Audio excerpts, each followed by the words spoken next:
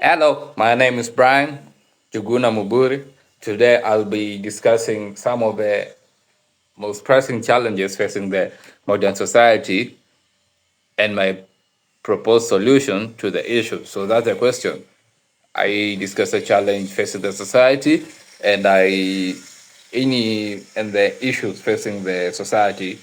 I should discuss the solution to the modern issues faces numerous challenges that affect our quality life, social cohesion, and future sustainability. So today we will our main focus of today is the climate change, the digital divide and mental health. I will propose practical solution to address these challenges. So my first challenge is climate change.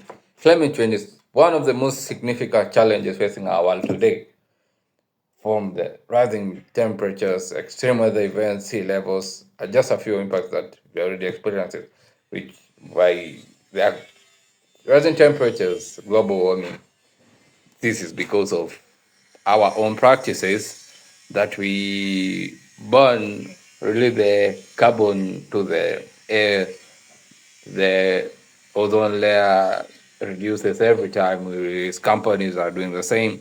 So our human activities, particularly by burning fossil fuels, deforestation, and industry processes, have led to the increase of greenhouse gas emission, which trap heat in the atmosphere and cause the global warming. This only affects the environment, but it also has serious consequences of human health, agriculture, and biodiversity. So that's the main problem of climate change. Which is the solution of climate change? I think we should transition to renewable energy. Investing in renewable energy sources such as the solar, wind, hydroelectric power can reduce our reliance on fossil fuels and decrease greenhouse gas emission. By using the renewable energies, we will decrease the greenhouse gas emission. Second solution is the reforestation. We have been deforesting the forest, cutting the trees. We should replant the trees, and also afforestation, where it will be able to increase the forest, the trees covering our region, which can absorb CO2 from the atmosphere, which help mitigate climate change. Third thing, sustainable products. I mean sustainable practices, encouraging sustainable agricultural, industrial, and consumption practices can reduce our environmental footprint. Third thing, policy and advocacy. We can come up with new policies of not cut trees, absorb, use renewable energy, and yeah. So, what are the policies that the government could implement to reduce the carbon emission, which are caused by our practices? So, my next challenge is digital divide. Digital divide refers to the gap between individuals who have access to modern information and communication technology to those that do not. So this is a challenge affecting us as a country, where there's a gap between those people who have access to technology and those who do not. The gap can be seen in various aspects, such as the internet.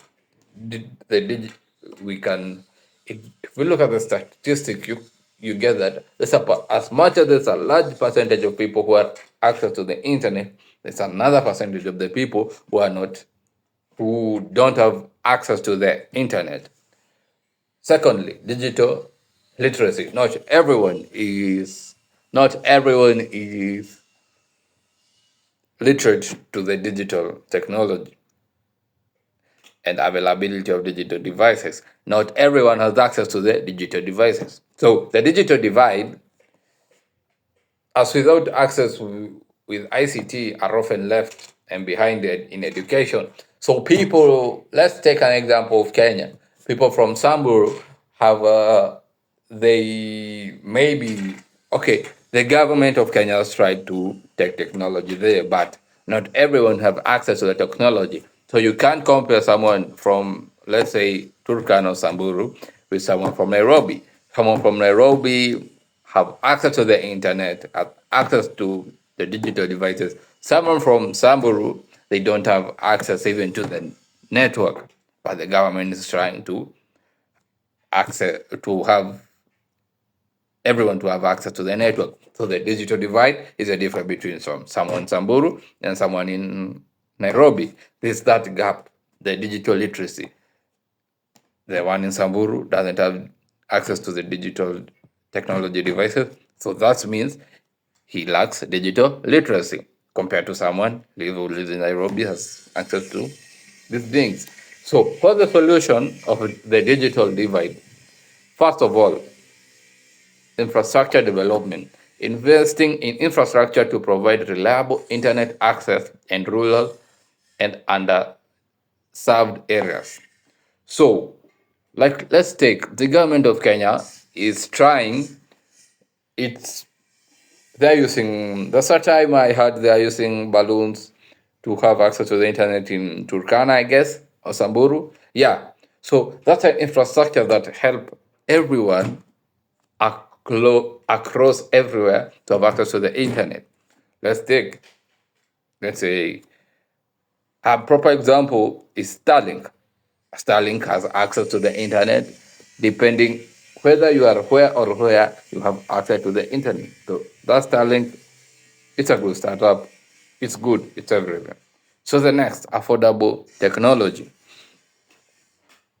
The government should try and come up with affordable technology that's affordable to everyone, depending of where they are located.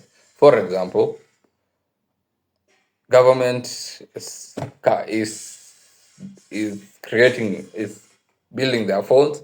They are being sold to a cheaper price, which they are accessible to everyone. So we should have affordable digital devices for low income houses. So, like, not everyone can afford a specific device. Even in Nairobi, as much as you are near to, you are as much as you can, you are likely to have access to the internet. Not every Nairobi household have access to the internet code, because not everyone in Nairobi is rich. There are some low income homes which don't have access to even the affordable technology. The other thing, digital literacy programs. We're implementing programs which can educate people on how to use digital technologies effectively. The government can come with new programs. They are building, like, for example, the government of Kenya is building ICT hub in every sub county, which will improve the digital literacy of each and everyone in the sub county. So it will. So yeah, that's how we get rid of digital illiteracy.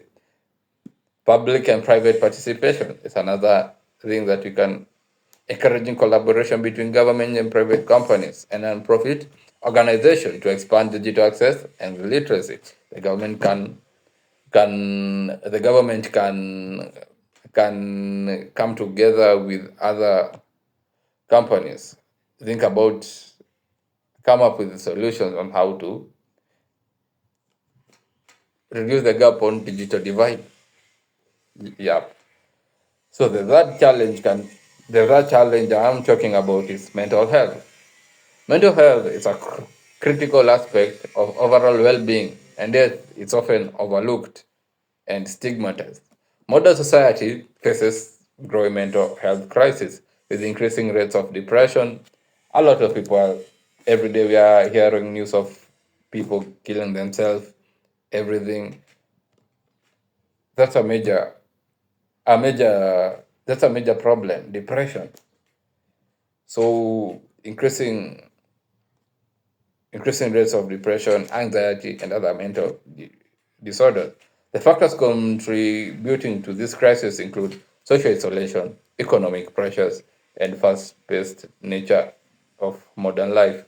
The COVID-19 pandemic has further exacerbated the issue, exa- exacerbated the issues, highlighting the urgent need of mental health and support of this and support and services. Solution of mental health, improving awareness and education, promoting awareness and understanding mental health issues, and reduce the stigma. We should not stigmatize people who are people, which will lead to mental health disorder, which will lead to depression, and we end up losing them. Don't stigmatize people. The next one, accessible services. Ensure every medical center has mental health services, which will make it available to everyone. Thirdly, is the support system, building support system within communities, workplaces, provide school with emotional and physiological support. There should be that support to the people on regard of the mental health. Policy and funding, advocating for policies and funding that prioritize mental health care and supports research into effective treatments and interventions. Yeah. So we should have policy and funding, specific fund for mental health people. It's a major problem facing us. So in conclusion, modern society is facing those challenges. However, with collective effort and innovative solution, we can address these challenges and build more equitable and sustainable, more equitable and sustainable future. So that's my presentation. Thanks for your attention. Yeah, that's what I presented on challenges facing us. That's the challenges facing us. Thank you.